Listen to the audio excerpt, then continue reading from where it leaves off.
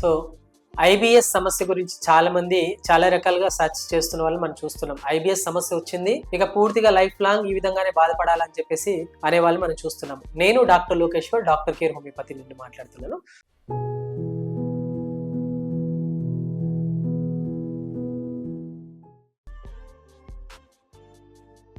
So IBS అంటే ఏంటి అని అంటే ఇరిటబుల్ బౌవల్ సిండ్రోమ్ అని చెప్పి చెప్తుంటాము. యూజువల్గా ఏంటంటే ఐబిఎస్ ఒకసారి వచ్చిందనంటే జీవితాంతం దాంతో సఫర్ అయ్యే వాళ్ళని ఎక్కువగా చూస్తుంటాం. బట్ వాళ్ళకి సొల్యూషన్ లేదా అంటే హోమియోపతిలో చాలా చక్కటి సొల్యూషన్ ఉంటుందన్నమాట. అసలు ప్రాథమికంగా ఐబిఎస్ లక్షణాలు ఏ విధంగా ఉంటాయనంటే ఇరిటబుల్ బౌవల్ సిండ్రోమ్ అని చెప్పి చెప్తుంటాం. దీని లోపల ప్రధానంగా ఏంటంటే కొన్ని రకాలు ఉన్నాయి. ఐబిఎస్ డైరియా టైప్ అని చెప్పేసి, ఐబిఎస్ కాన్స్టిపేషన్ టైప్ అని చెప్పేసి, IBS pain type, abdominal pain type అని చెప్పేసి చెప్తుంటాము.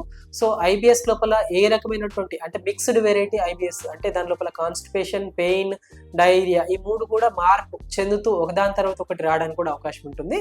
సో ఐబిఎస్ రాగానే ఏంటంటే దీనికి ఇక పూర్తిగా సొల్యూషన్ లేదు, లైఫ్ లాంగ్ నేను ఇంకా ఈ ప్రాబ్లంతో సఫర్ అవుతుండాలా అని చెప్పేసి చాలా మంది బాధపడుతుంటారు. అలాంటి వారికి డాక్టర్ కేర్ హోమియోపతిలో హోమియో వైద్య విధానం లోపల చక్కటి వైద్యం అందుబాటులో ఉందండి. సో దీని లక్షణాలు ఏ విధంగా ఉంటాయంటే ఏదైనా ఫుడ్ తీసుకున్న తర్వాత ఇమీడియట్లీ ఫుడ్ తీసుకునే వెంటనే మోషన్ వెళ్తూ ఉండడం, స్టూల్ పాస్ చేస్తూ ఉండడం, దాంతోపాటు కడుపులో పిసికినట్టుగా ఉండడం, లూజ్ మోషన్స్ అవుతూ ఉండడం, ఫుడ్ తీసుకునే వెంటనే వాష్రూమ్కి వెళ్ళేసి రావడం, ఏదైనా ఇంపార్టెంట్ వర్క్ మీద బయటకు వెళ్తున్నప్పుడు ఇమీడియట్లీ వర్క్ వెళ్లే కంటే ముందు స్టూల్కి వెళ్తూ ఉండడం, ఎక్కడైనా కొత్త ప్లేస్కి వెళ్ళినా కానీ ఫస్ట్ స్టూల్ పాస్ చేయడానికి వాష్రూమ్ ఎక్కడ ఉన్నదని వెతుక్కోవడం, ఇలాంటి ఐబిఎస్ సఫర్ అయ్యే వాళ్ళకి మాత్రమే తెలుస్తూ ఉంటాయి. సో అలాంటి వాళ్ళకి హోమియో వైద్య విధానం అనేది చాలా చక్కటి సొల్యూషన్ అని మనం చెప్పుకోవచ్చు అనమాట. సో దీని లోపల ఏంటంటే సైకలాజికల్ గా ఉన్నటువంటి యాంగ్జైటీ కావచ్చు, టెన్షన్ కావచ్చు, స్ట్రెస్ కావచ్చు, ఇవి కూడా ఒక రకమైనటువంటి అంటే ట్రిగరింగ్ ఫ్యాక్టర్స్ అని చెప్పి చెప్తుంటాం. సో సైకలాజికల్ గా ఉన్నటువంటి సఫరింగ్స్ ని, దాంతో పాటు మనం గట్ లో కలిగేటువంటి ఇబ్బందుల్ని,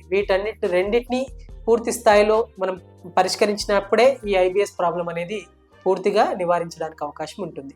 సో ఐబిఎస్ తో సఫర్ అవుతున్నట్లయితే ఒకసారి మీ దగ్గర ఉన్నటువంటి డాక్టర్ కేర్ హోమియోపతిని సంప్రదించండి. ఖచ్చితంగా ఐబిఎస్ ద్వారా వచ్చేటువంటి సిమ్టమ్స్ ని లైక్ కాన్స్టిపేషన్ కావచ్చు, స్టమక్ పెయిన్ కావచ్చు, లేదా డయేరియా కావచ్చు, వీటిని నివారిస్తూ దాంతోపాటు మీ యొక్క ఇమ్యూనిటీ సిస్టమ్ ని డెవలప్ అంటే ప్రాపర్ వేలో ఫంక్షన్ అయ్యేలా చేసినట్లయితే ఐబిఎస్ సమస్యను పూర్తిగా అధిగమించడానికి అవకాశం ఉంటుంది. సో స్క్రీన్ మీద స్క్రోల్ అవుతున్నటువంటి నెంబర్ కాల్ చేసి మీ దగ్గర ఉన్నటువంటి డాక్టర్ కేర్ హోమియోపతిని సంప్రదించండి. ఖచ్చితంగా ఐబిఎస్ ప్రాబ్లమ్ ని పూర్తిగా అధిగమించడానికి అవకాశం ఉంటుంది.